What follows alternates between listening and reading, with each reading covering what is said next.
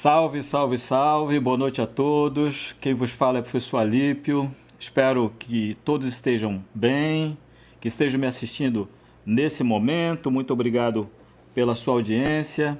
Ela é muito importante para mim, tá? Então, não sei se você está me assistindo de Manaus, no Amazonas, ou de fora do estado, de uma cidade interiorana.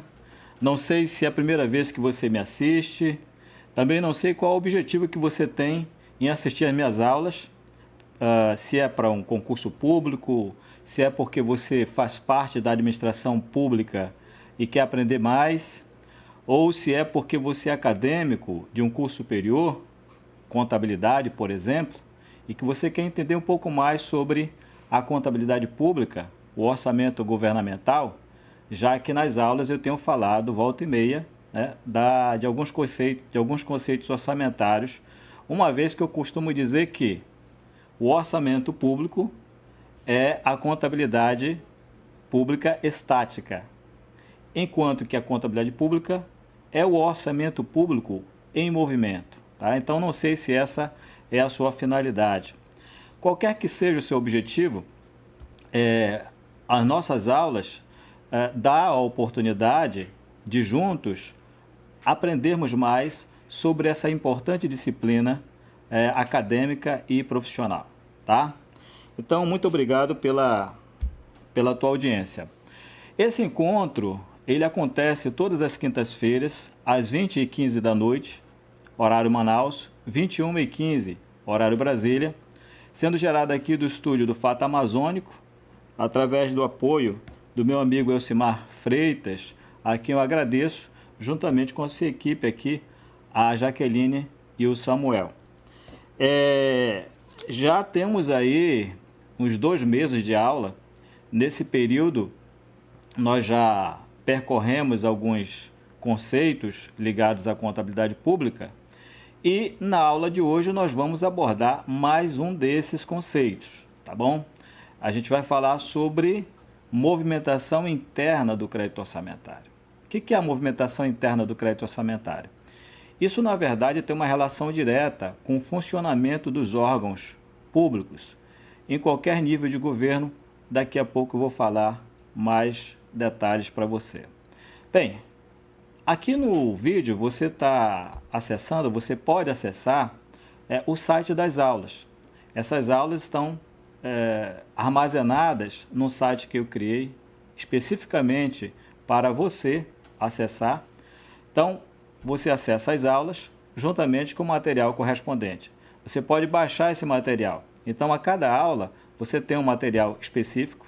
É uma pequena apostila de 2, 3, 4 páginas, dependendo aí da aula, simples e objetiva. O meu objetivo é facilitar o teu aprendizado, para que os conceitos aqui que são repassados, você então fixe, né, e não esqueça mais. Então, por isso, você tem então acesso aí ao site das aulas, via QR Code que está aparecendo aqui no vídeo.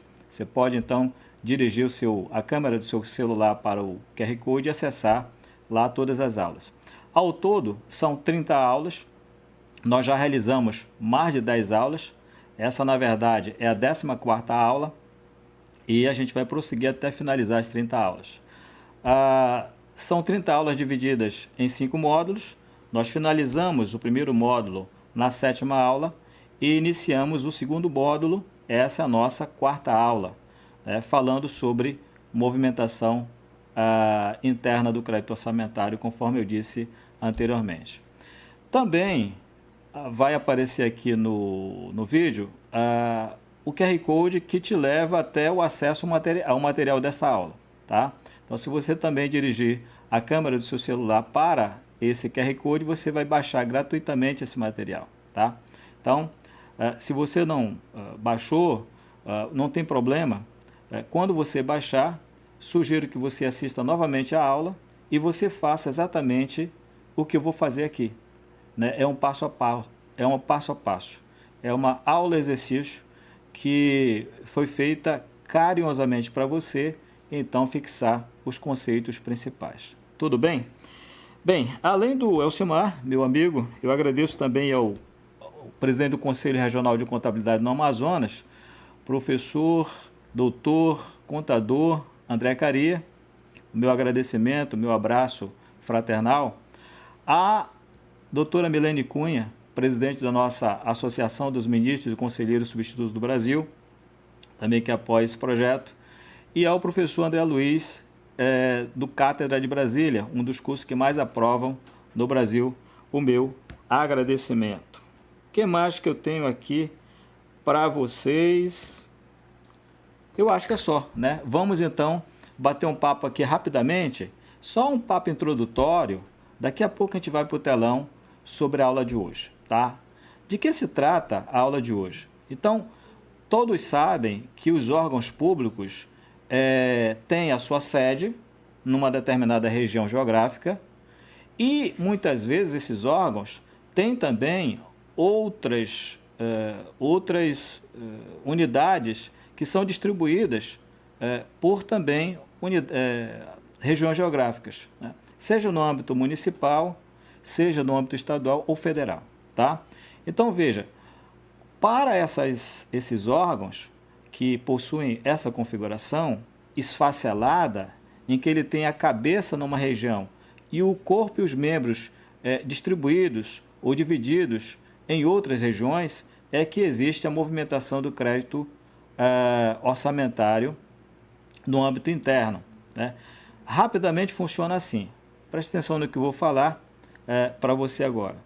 A sede, ela recebe a autorização orçamentária, tá? Então, recebe lá o bolo orçamentário e ela precisa dividir esse bolo orçamentário com as suas unidades administrativas que se situam em diversas localidades, uma vez que essas unidades não aparecem no orçamento. E aqui nós temos dois conceitos principais. O conceito de unidade orçamentária, que é aquela que aparece no orçamento, e tem o conceito também de unidade administrativa, que é aquela que não aparece no orçamento. Então, a movimentação interna de crédito, que é o papo da aula de hoje, ela vai girar em torno da transferência da autorização que a unidade sede recebe diretamente da lei orçamentária para as unidades regionais, para as suas regionais, tá? Eu vou dar mais detalhes para você na aula de hoje e você vai ficar craque nesse tema, nesse assunto importantíssimo, tá bom? Feito isso, vamos aqui para o telão. Jaqueline, por favor, me coloca aqui no telão para a gente conversar com nossos alunos. Então vamos lá. Olha só, onde é que eu encontro esse conteúdo? Eu quero saber mais sobre movimentação, descentralização de créditos. Na aula passada eu já tinha feito referência a esse conteúdo, então é o mesmo conteúdo da aula de hoje. Então nós temos no manual de contabilidade, aqui ó, aplicado ao setor público, dessa primeira edição, você encontra esse conteúdo. Qual é a página, hein? Página 103, aqui na parte inferior direita, tá? Qual é o tópico? 4412, descentralizações de créditos orçamentários. Esse manual, conforme você já sabe, você pode baixar diretamente no site da STN, da Secretaria do Tesouro Nacional, ou mediante uma busca no Google, você pode ter acesso fácil a esse manual, tá? Então, fica a dica, é aqui que você então vai encontrar esse material, ou mais detalhes sobre esse tema. Bem, vamos fazer aqui uma breve revisão, conforme eu sempre faço da aula anterior, né? Então, nós temos aqui a aula exercício 3. O que eu falei mesmo nessa aula, né? Se você perdeu essa aula, vai lá no site das aulas, identifica essa aula, movimentação do crédito, movimentação externa do crédito orçamentário, que são os destaques, tá? E eu falei sobre essa estrutura que eu estou mostrando aqui para vocês no telão, né? Então, existem destaques de créditos ou pedaços de créditos que circulam entre as diversas unidades orçamentárias, conforme eu estou marcando aqui para você, tá? E aqui naquela oportunidade eu falei que esses destaques de créditos, esses pedaços de créditos, né, são muitas vezes decorrentes de atividades cooperativas que existem entre os órgãos governamentais. Então, naquela assentada eu falei que uma Secretaria de Educação pode precisar construir uma escola e aí ela não tem expertise. Então, ela busca a unidade que construa a escola. Aí entra a Secretaria de Obras. A Secretaria de Obras tem expertise, mas ela não tem o crédito orçamentário. Então, a Secretaria de Educação vai, então, transferir para a Secretaria de Obras esse crédito dela, para, então, a Secretaria de Obras executar a despesa e construir a escola. Então, em síntese, funciona dessa forma. Por isso é chamado de descentralização externa de um crédito orçamentário. Veja, sempre de um ministério, de uma secretaria ou de um órgão para outro, tá bom? Então, vamos lá.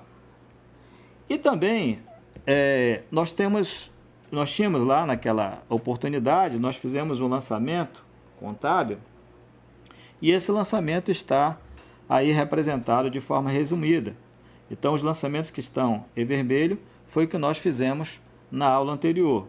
Então, veja que o recurso foi, então, descentralizado, 600 unidades monetárias, saiu daqui da conta crédito disponível e finalizamos o papo da aula anterior, né? Então, em síntese, foi isso que aconteceu. Vamos lá. Na unidade beneficiária, né, eu preciso fazer também esse registro contábil.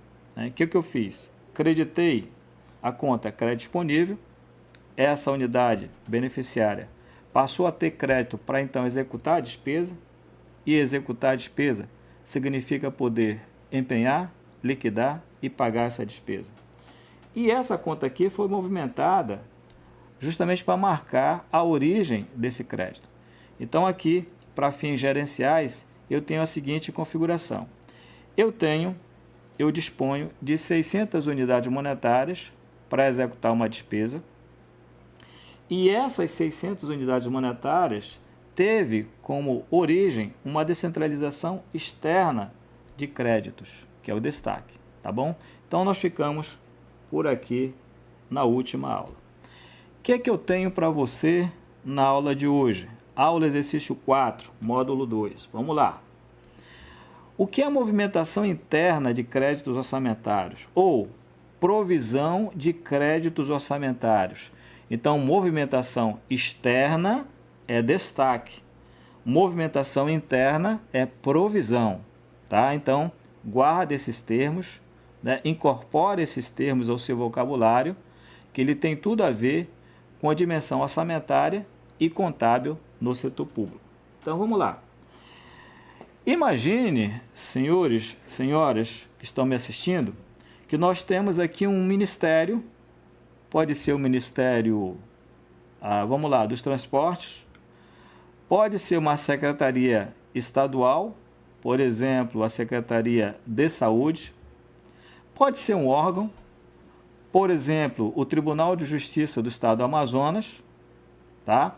Então, todos eles são unidades orçamentárias. Então, são eles que recebem, diretamente da lei orçamentária, aquele limite de crédito para gastar. E eles estão representados aqui, tá? Então, nós temos essa linha azul, ou esse limite azul tracejado, é o limite do órgão, da secretaria ou do ministério. Aqui dentro estou representando duas unidades orçamentárias. Tá? Admitamos que esse ministério, esse órgão ou essa secretaria possua duas unidades orçamentárias. Normalmente eles possuem uma no âmbito municipal ou no âmbito estadual, em regra, tá? Uma unidade orçamentária. No governo federal, essas unidades orçamentárias são em maior número. No caso aqui, nós temos duas unidades orçamentárias. Tecnicamente, eu vou chamá-las de unidades gestoras orçamentárias, tá? Guarda esse termo aí também. Presas a ela, nós temos as unidades administrativas, que eu estou marcando aqui para você, tá? Então, eu tenho unidade gestora administrativa, essa aqui, e uma outra unidade gestora administrativa, essa aqui, tá? O que acontece? A lei orçamentária entrega para essa primeira unidade orçamentária aqui um determinado valor e entrega para essa outra unidade orçamentária aqui um outro valor, tá? Somando esses dois valores, nós temos o total para o órgão, para o ministério ou para a secretaria. Então, eu tenho um total que é dado para o órgão orçamentário e esse total pode ser dividido entre duas ou mais unidades orçamentárias que compõem esse órgão orçamentário. Se esse órgão orçamentário tiver apenas uma unidade orçamentária, então todo esse valor vai para ele, vai ficar concentrado nele. Tudo bem? Então vamos lá. No caso aqui eu tenho duas unidades orçamentárias, ok? Então vamos lá. Cada unidade orçamentária tem unidades administrativas presas a ela. Então eu tenho duas unidades administrativas. O que acontece na provisão? Após a publicação da lei orçamentária, esse valor que eu estou marcando aqui para você, ele é entregue ao órgão orçamentário e também na própria lei orçamentária, esse valor já vai estar dividido entre essas duas unidades orçamentárias aqui, ó. Vamos colocar em números, só para você entender, eu tenho, digamos, R$1 milhão aqui, ó, que foi entregue como limite de crédito para esse órgão orçamentário, tá? Desses R$1 milhão, faltou um zero aqui, nós temos, digamos, 600 mil para essa unidade orçamentária aqui e mais 400 mil para essa primeira unidade orçamentária aqui. Somando tudo, dá 1 milhão, ok? E aí, então, essas unidades orçamentárias vão transferir recursos para as unidades administrativas aqui da ponta, tá? Só que essa dinâmica não para por aí.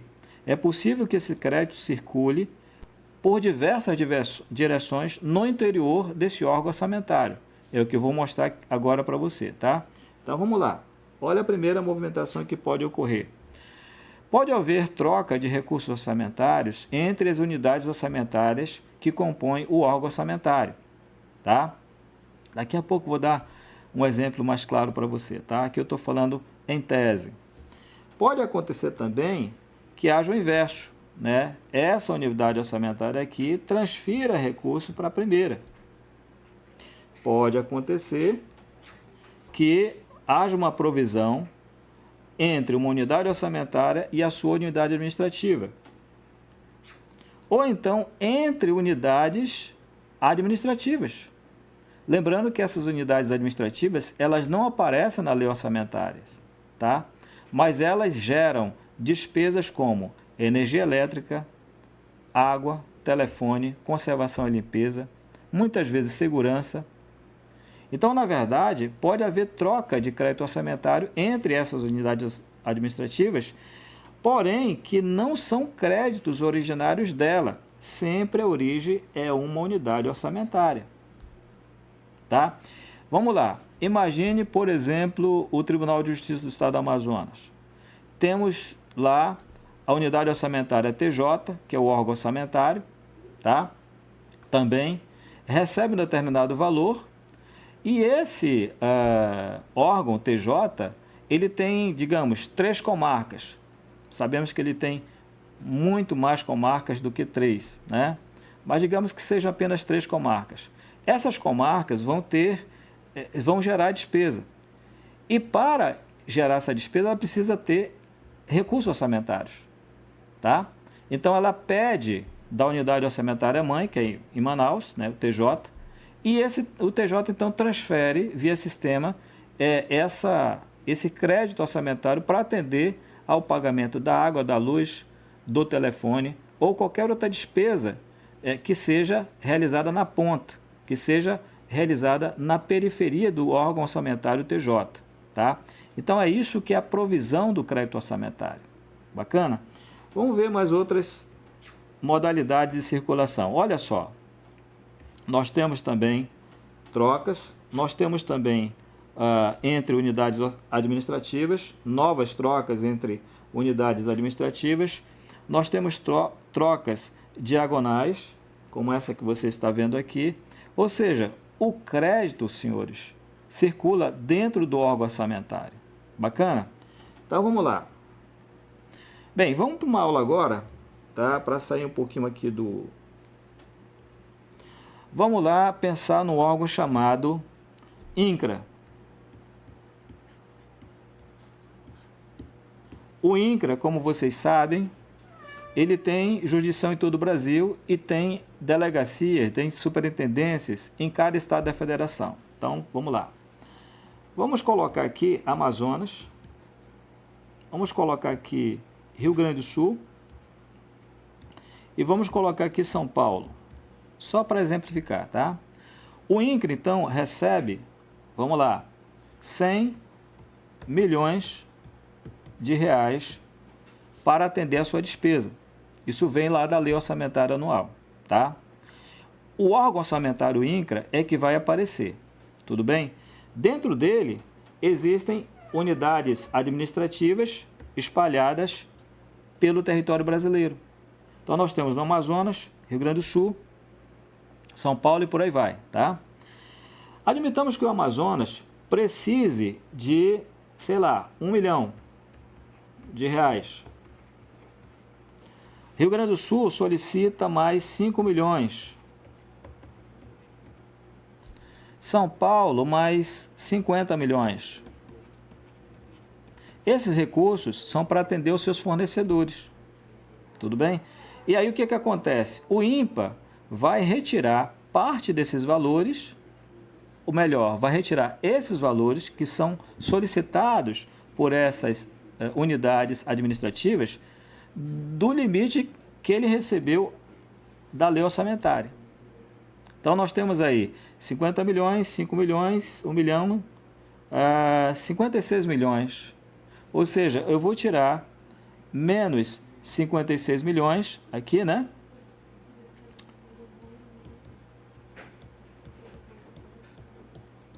Dos 100 milhões que o INCRA recebeu.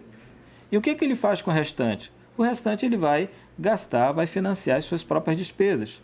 Evidentemente que ele vai também transferir para as outras unidades administrativas do resto do país.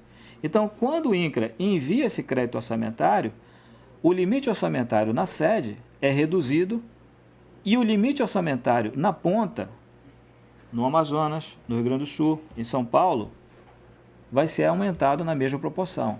Então, existe uma troca de limites orçamentários, de créditos orçamentários. Com isso, o Amazonas pode empenhar despesa, pode liquidar despesa e pode pagar despesa. A mesma coisa acontece com o Rio Grande do Sul, com São Paulo e com qualquer outra unidade federativa do Brasil. É assim que funciona a mecânica orçamentária e contábil. E para isso eu tenho que fazer um lançamento contábil, que eu vou mostrar daqui a pouco para você, tá bom? Então, acho que deu para entender o que é a provisão do crédito orçamentário. Isso tudo aqui é provisão, ó. Provisão, provisão, provisão. Evidentemente que eu estou falando sobre a dimensão orçamentária, a dimensão autorizativa do crédito orçamentário. Mas eu preciso falar também da dimensão financeira. Por quê? Não basta apenas enviar limite de créditos. É preciso enviar o financeiro para que essas unidades possam pagar suas despesas lá na ponta. Tá? Aí é um outro papo que eu vou ter nas próximas aulas com vocês. Em se tratando da provisão, eu vou chamar essas transferências financeiras de subrepasses. Em se tratando de destaques, que foi a aula anterior, eu vou chamar de repasse. Então, eu vou ter que fazer a contabilidade também dessa dimensão financeira, além da dimensão orçamentária. Né? Acho que ficou claro, né? Então, feito isso, acho que deu para entender, né? Vamos para a aula de hoje, tá? Deixa eu só, então, vou parar aqui rapidamente, eu vou entrar na nossa apostila da aula de hoje. Então, quando vocês forem acessar essa apostila, está aqui no telão, você vai ter 2 páginas, tá?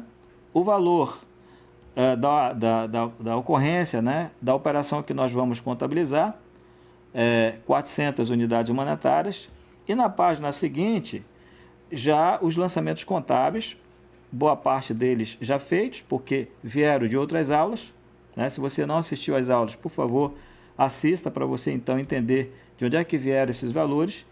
E a conta descentralização interna de crédito, provisão, que é 622,21, tá? Que é uma conta do plano de contas aplicado ao setor público, tá bom? Então essa nossa pequena apostila é dela que nós vamos falar agora, né? Então vamos lá.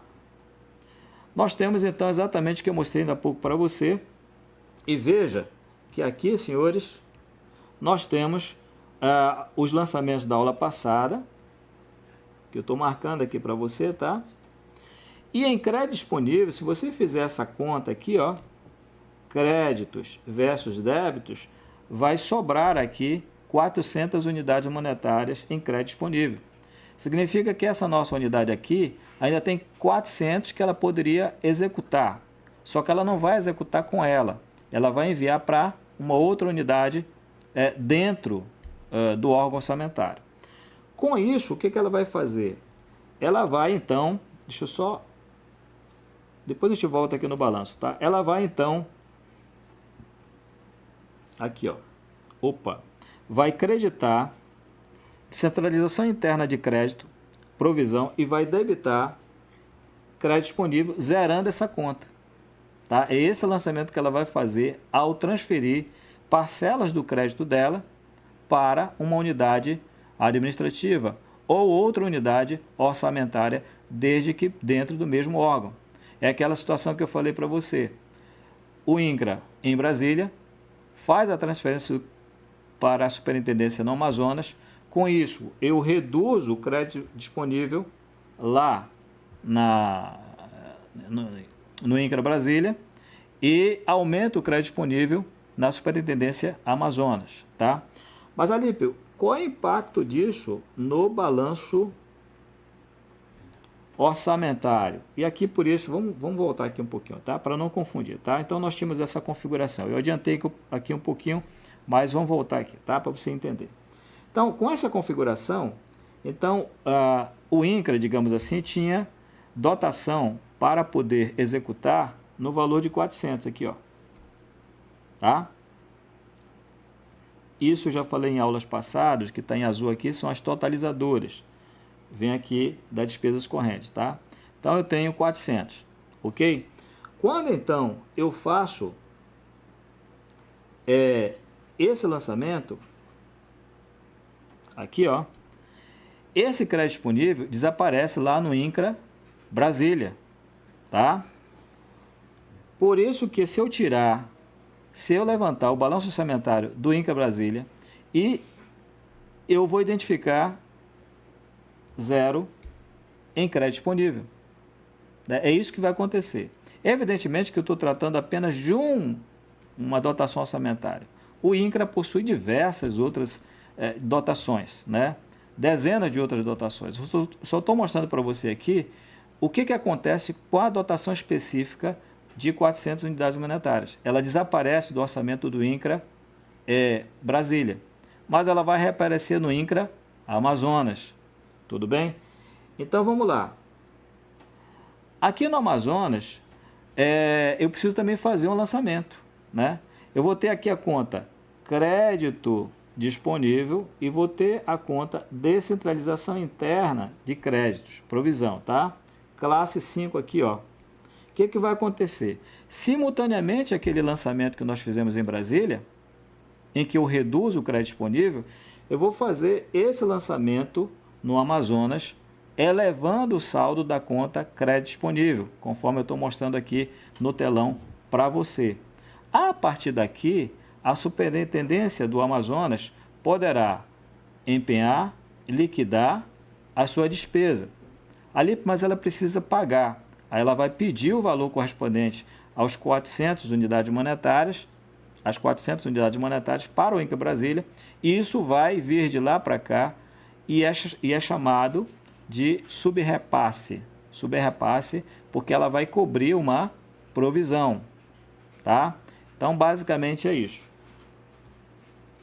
Como é que fica o balanço orçamentário do INCRA Superintendência no Amazonas? Veja que fica igualzinho ao que tinha em Brasília. ela vai contar com crédito disponível no valor aqui de 400, material de consumo, e a partir então ela vai poder prosseguir na execução dessa despesa, empenhando, liquidando, pagando essa despesa, né? Então ela tem um saldo de dotação aqui de 400 unidades monetárias. Bacana? Então é isso, né? Eu acho, finalizei a aula de hoje. Foi um papo bem interessante sobre então como é que o crédito ele circula no âmbito de um órgão orçamentário, tá? Com respectivos lançamentos, ok? Complementando a aula da semana passada. Nas próximas aulas eu vou falar sobre o subrepasse e o destaque, que é a parte financeira dessas transferências orçamentárias. E aqui no telão, como eu sempre faço, nós temos o nosso YouTube. Se você dirigir a câmera do seu celular para esse QR Code, você vai acessar o meu canal lá no YouTube. O pessoal está frequentando bastante por lá, muita gente fazendo inscrição, e é o que eu peço que você faça. Se inscreva no meu canal, dê um like nas aulas, ative o sininho, tá? Para então receber todas as informações na medida em que elas sejam alimentadas lá no canal. Tudo bem? Divulgue esse trabalho entre seus amigos, seus conhecidos, pessoas que têm potencial interesse em aprender esses conceitos, tá bom? Então, visitem lá o canal. Tem também aqui o meu Instagram, Professor Alípio Filho, que aparece aqui no telão também. Você pode me encontrar por lá. Então, me coloca aqui na frente da câmera, o Jaqueline, já tudo bem aqui, né? Então vamos lá, vou me despedir de vocês na aula de hoje. Muito obrigado mais uma vez pela atenção dispensada. Foi um prazer estar aqui com vocês, falando sobre um assunto que eu tenho verdadeira predileção, que é um tema relacionado ao setor público, mais especificamente ligado à contabilidade pública e ao orçamento governamental. Eu gosto desse tema porque ele mexe com a vida da gente. Ele está por trás, nos bastidores de tudo aquilo que acontece com a gente muitas vezes, mas a gente não tem condições de perceber isso no nosso dia a dia, né? Mas, se por acaso um serviço público ele é prestado, tem toda uma estrutura por trás desse serviço público, estrutura orçamentária, financeira, administrativa, que torna possível a prestação desse serviço público. É por isso que isso me encanta muito no setor público e me move no sentido de compartilhar conhecimento, tá bom? Então, muito obrigado mais uma vez, até a nossa próxima aula, um forte abraço, uma ótima noite a todos. Tchau, tchau.